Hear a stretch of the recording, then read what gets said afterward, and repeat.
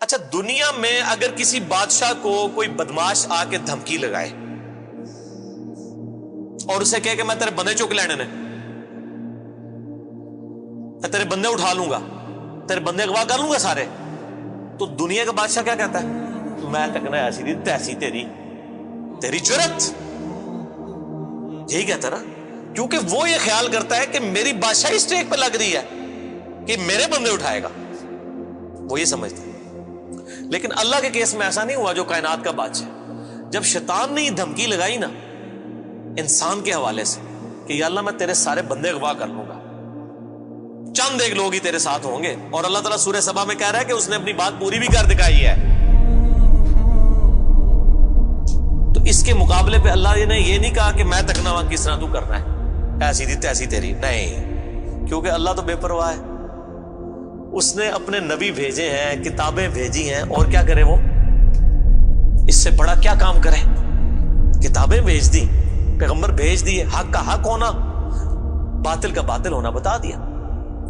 لا اکراہ فی الدین، دین قبول کرنے کے معاملے میں کسی پہ جبر نہیں۔ قد تبین الرشد من الغی، بے شک ہدایت گمراہی سے الگ ہو چکی ہے۔ انا ہدیناہ السبیل، ہم نے راستہ دکھا دیا ہے، اما شاکرا و اما کفورا، چاہے تو شکر گزاری کی روش اختیار کرو، خواہ نہ شکری کی، لیکن آخرت میں نہیں چھوڑوں گا جس نے نہ شکری کی، یہ ذہن میں رکھنا۔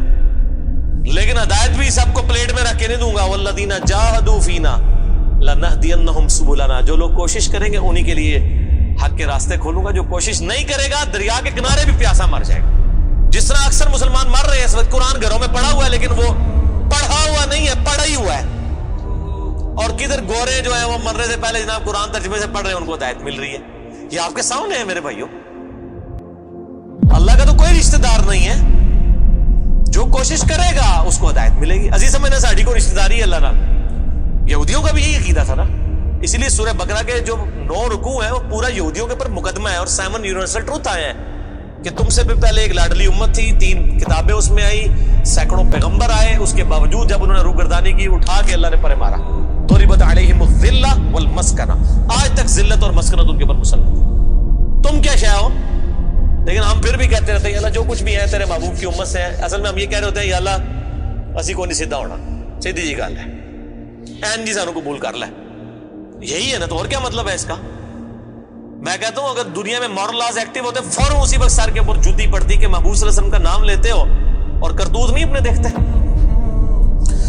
تو دنیا کے بادشاہ تو کہتے ہیں میں تکنا کس طرح تو چکنا ہے میرے بندے، تیری ایسی دی تیسی، لیکن اللہ تعالیٰ کیا فرما رہا ہے؟ قال فالحق، اللہ فرماتا ہے یہ ہے سچائی، والحق اقول، اور میں کہتا ہی سچی بات ہوں، یاد رکھیں لأملأن جہنم منک وممن تبعک منہم اجمعین، جو کوئی بھی پھر شیطان تیری پیروی کرے گا نا میرے بندوں میں سے، تو میں نے کسی بندے کی گارنٹی نہیں لی ہوئی، میں اس کو اور تجھے اور تیرے سارے فالوورز کو دوزخ میں ڈال دوں گا، دوزخ کو بھر دوں گا تجھ سے اور تیرے فالوور سے۔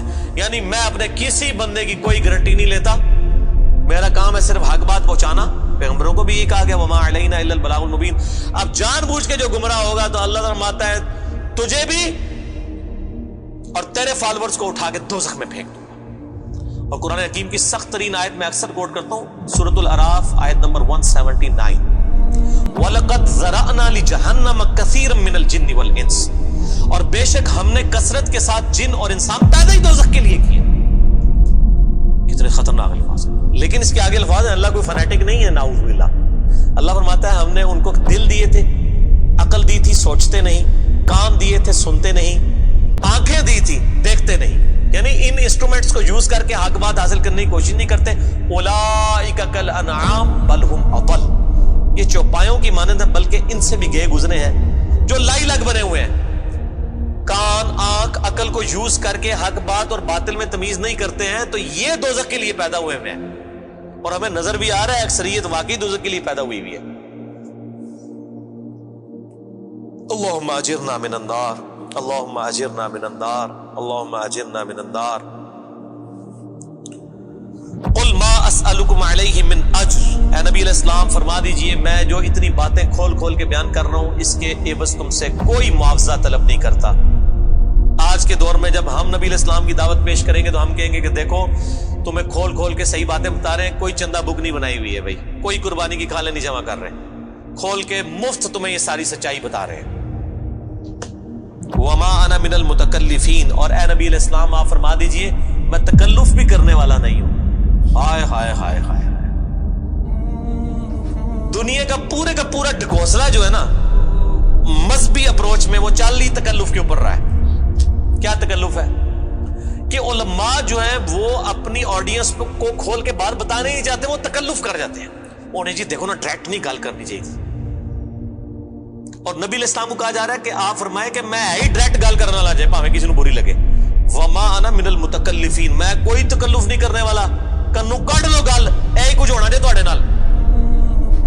یہ اتنے سخت الفاظ ہیں کہ میں کوئی تکلف نہیں کر رہا. کیا مطلب کہ اللہ نے کسی دی کوئی گارنٹی نہیں لئی. اللہ تعالیٰ فرما رہا ہے کہ شیطان میرے جن بندوں کو اغوا کرے گا, میں نے کوئی گارنٹی نہیں لی ہوئی, میں انہوں نے بھی چھوڑ دیا گا. تو ایسی دی تیسی تہاڈی, کسی پلے کیس نہ رہنا, کوئی تکلف نہیں ہے. نبی علیہ السلام کھل ڈل کے ان کو بات کرتے ہیں. اب جو قرآن پڑھے گا تو اس کو یہ میٹھی میٹھی تقریریں جو لوگوں کی جعلی ہیں, اوروں کی کہانیاں, بزرگوں کی کہانیاں, جانوروں کی کہانیاں, ٹھیک ہے جی, تو ایک کہانیاں انہوں نے پھر انہوں پتہ لگے. قرآن پڑھو اللہ دے بندے کو پتہ لگے. صحیح بخاری میں حدیث ہے, نبی علیہ السلام ایک چوراہے سے گزر رہے تھے. کچھ صحابہ کرام آپس میں ہنسی مذاق کر رہے تھے. آپ نے ان کے ہنسنے کی آواز سنی. یہ بخاری شریف ہے, یہ سٹوری شریف نہیں ہے.